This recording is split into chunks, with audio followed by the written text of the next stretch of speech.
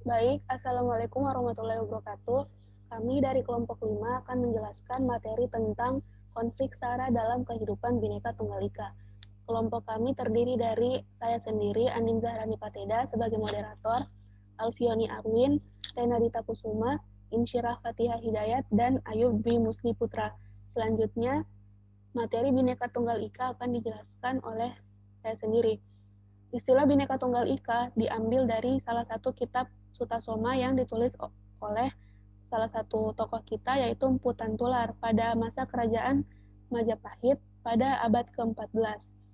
Istilah Bhinneka Tunggal Ika dalam kitab Sutasoma mengandung makna semangat toleransi keagamaan, yang mana kemudian istilah ini diangkat menjadi semboyan kita, semboyan negara kita, yaitu bangsa Indonesia. Dengan menjadi semboyan, Bhinneka Tunggal Ika bukan hanya mengandung makna toleransi dalam keagamaan, tetapi Bhinneka Tunggal Ika sendiri mengandung tentang konsep yang mencakup sesuatu yang lebih luas, seperti suku, agama, ras, dan antar golongan. Selain itu, semboyan Bhinneka Tunggal Ika juga tertulis dalam lambang negara kita, sebagaimana yang kita ketahui, lambang negara kita adalah burung Garuda Pancasila.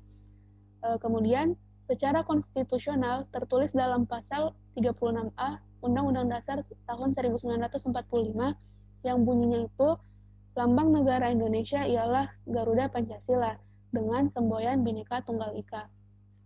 Selanjutnya, konsep Bhinneka Tunggal Ika akan dijelaskan oleh rekan saya yaitu Alfioni Arwin. Kepada Alfioni dipersilahkan. Baik, semboyan Bhinneka Tunggal Ika jika dilihat dari konteks bahasa memiliki dua konsep yang berbeda, yaitu konsep Bhinneka dan konsep Tunggal Ika. Konsep Bhinneka itu sendiri memiliki arti kata berbeda-beda, yang dimana memiliki makna bahwa bangsa Indonesia mengakui adanya keberagaman atau kemajemukan di dalam masyarakat dan menganggapnya sebagai sebuah kenyataan atau realitas hidup bangsa. Yang kedua yaitu konsep Tunggal Ika, yang memiliki arti kata tetapi tetap satu jua, yang dimana memiliki makna bahwa konsep itu merupakan cita-cita bangsa dan masyarakat yang mengharapkan terciptanya persatuan dan kesatuan di tengah kemajemukan. Secara singkat, konsep Bhinneka merupakan realitas bangsa yang harus diterima dan konsep Tunggal Ika merupakan cita-cita bangsa yang ingin diwujudkan.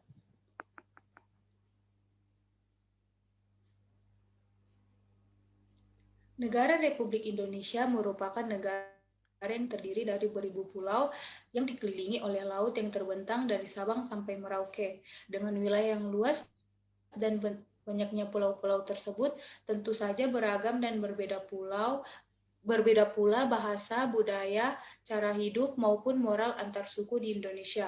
Untuk mempersatukan perbedaan tersebut, tentulah diperlukan suatu wadah yang dapat menampung segala perbedaan. Salah satu wadah tersebut adalah Bhinneka Tunggal Ika. Bhinneka Tunggal Ika itu sendiri menggambarkan persatuan dan kesatuan bangsa Indonesia yang plural dengan segala keberagaman suku bangsa, budaya, bahasa daerah, agama dan kepercayaan, ras maupun antar golongan. Bhinneka Tunggal Ika merupakan sebuah motor dan bangsa Indonesia yang mengakui adanya realitas bangsa yang majemuk, namun tetap menjunjung tinggi nilai persatuan. Oleh karenanya, sebagai anak bangsa, kita harus menjaga dan merawat semboyan Bhinneka Tunggal Ika dalam kehidupan sehari-hari. Selanjutnya, nilai dan implementasi Bhinneka Tunggal Ika akan dijelaskan oleh rekan saya yaitu Insyirah Fatihah Hidayat. Kepada Insyirah dipersilahkan. Baik, adapun nilai-nilai dalam Bhinneka Tunggal Ika yang pertama adalah nilai toleransi. Adapun arti nilai toleransi di sini adalah sikap mau menerima dan sekaligus menghargai pendapat atau posisi orang lain. Toleransi dalam Bhinneka Tunggal Ika juga mengajarkan kita untuk bersikap tidak mudah merendahkan atau menyepelekan keberadaan orang lain. Sikap toleransi juga mengajak kita untuk berpikir secara utuh dan rendah hati, yakni menyadari bahwa setiap pribadi hanyalah bagian kecil dari suatu kehidupan bermasyarakat, namun kita dituntut untuk menjadi pelengkap dari kekurangan yang ada. Adapun nilai kedua yaitu nilai keadilan. Dalam kehidupan bermasyarakat dan bernegara, di mana dalam kehidupan bermasyarakat dan negara, terdapat batas-batas antara hak dan wewenang setiap pihak harus ditetapkan secara jelas, tegas, dan proporsional. Bahwa setiap warga negara bebas menuntut haknya, namun pada saat yang sama ia pun wajib menghormati hak orang lain. Adil atau keadilan memiliki makna tidak memihak, tidak bersikap hidup mengelompok dan tertutup. Sebaliknya, berlaku adil menghendaki sikap terbuka yang senantiasa mau menyediakan ruang bagi kehadiran orang lain. Nilai yang ketiga adalah nilai gotong royong. Nilai gotong royong di sini memiliki arti memikul beban bersama yang dimana merupakan suatu kebiasaan adat masyarakat yang telah lama dilakukan. Nilai gotong royong di sini bertujuan untuk meringankan beban sesama dan guna untuk mewujudkan kepentingan bersama.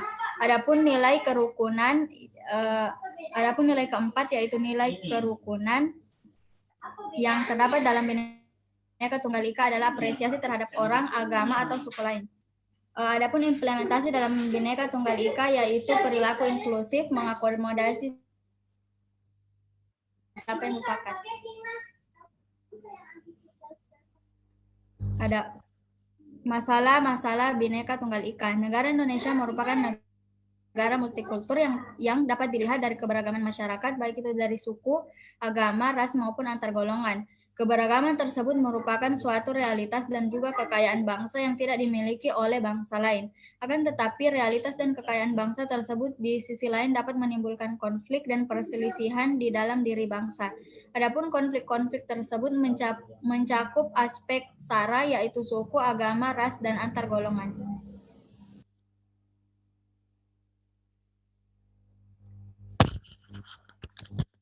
Selanjutnya, konflik sara akan dijelaskan oleh rekan saya yaitu Rena Dita Kusuma. Kepada Rena dipersilahkan.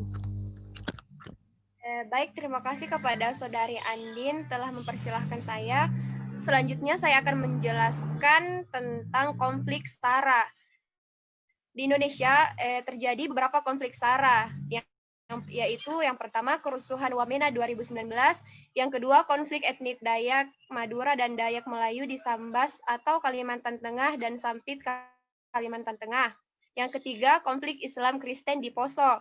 Yang keempat konflik sektarian Maluku. Yang kelima konflik Ambon pada tahun 1999. Yang keenam kerusuhan 13-15 Mei tahun 1998.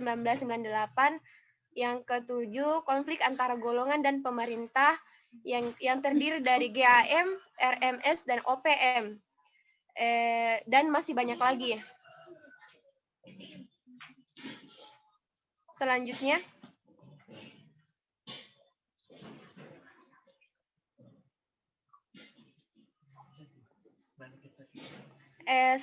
yaitu adanya konflik sara yang terjadi menunjukkan bahwa masyarakat belum memahami akan makna dari keberagaman atau kemajemukan dalam kehidupan berbangsa Indonesia.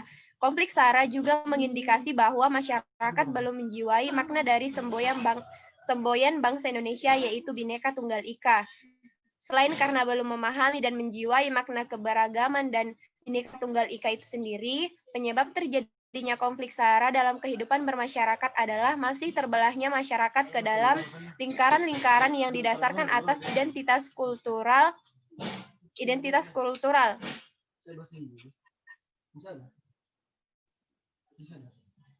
Selanjutnya, nah, adapun solusi konflik sara dalam kehidupan Bhinneka Tunggal Ika yaitu menumbuhkan kesadaran masyarakat akan realitas bangsa yang plural atau majemuk. Yang kedua, menumbuhkan rasa kemauan pada masyarakat untuk melihat persamaan dalam suatu perbedaan. Yang ketiga, menumbuhkan, mengembangkan, dan menjaga rasa dan sikap nasionalisme dalam masyarakat. Yang keempat, menumbuhkan dan menjaga rasa menjiwai dari makna Bhinneka Tunggal Ika dalam masyarakat. Yang kelima, mengembangkan multikulturalisme dalam kehidupan masyarakat agar realitas kemajemukan tersebut tidak lagi membawa pada perpecahan dan konflik. Yang keenam yaitu menumbuhkan kemampuan dalam masyarakat untuk menghayati diri sebagai satu bangsa, satu tanah air, satu bahasa, dan satu tujuan nasional yang berdasarkan Pancasila dan Undang-Undang tahun 1945. Yang terakhir yaitu menumbuhkan rasa toleransi di masyarakat dalam menerima perbedaan.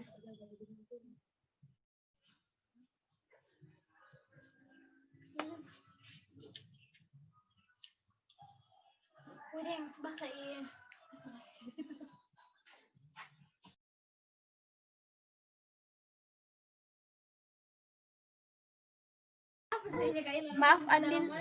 Ya, cukup sekian dari kelompok kami. Apabila ada kesalahan, mohon dimaafkan. Wassalamualaikum warahmatullahi wabarakatuh. Aduh, gimana ini diedit?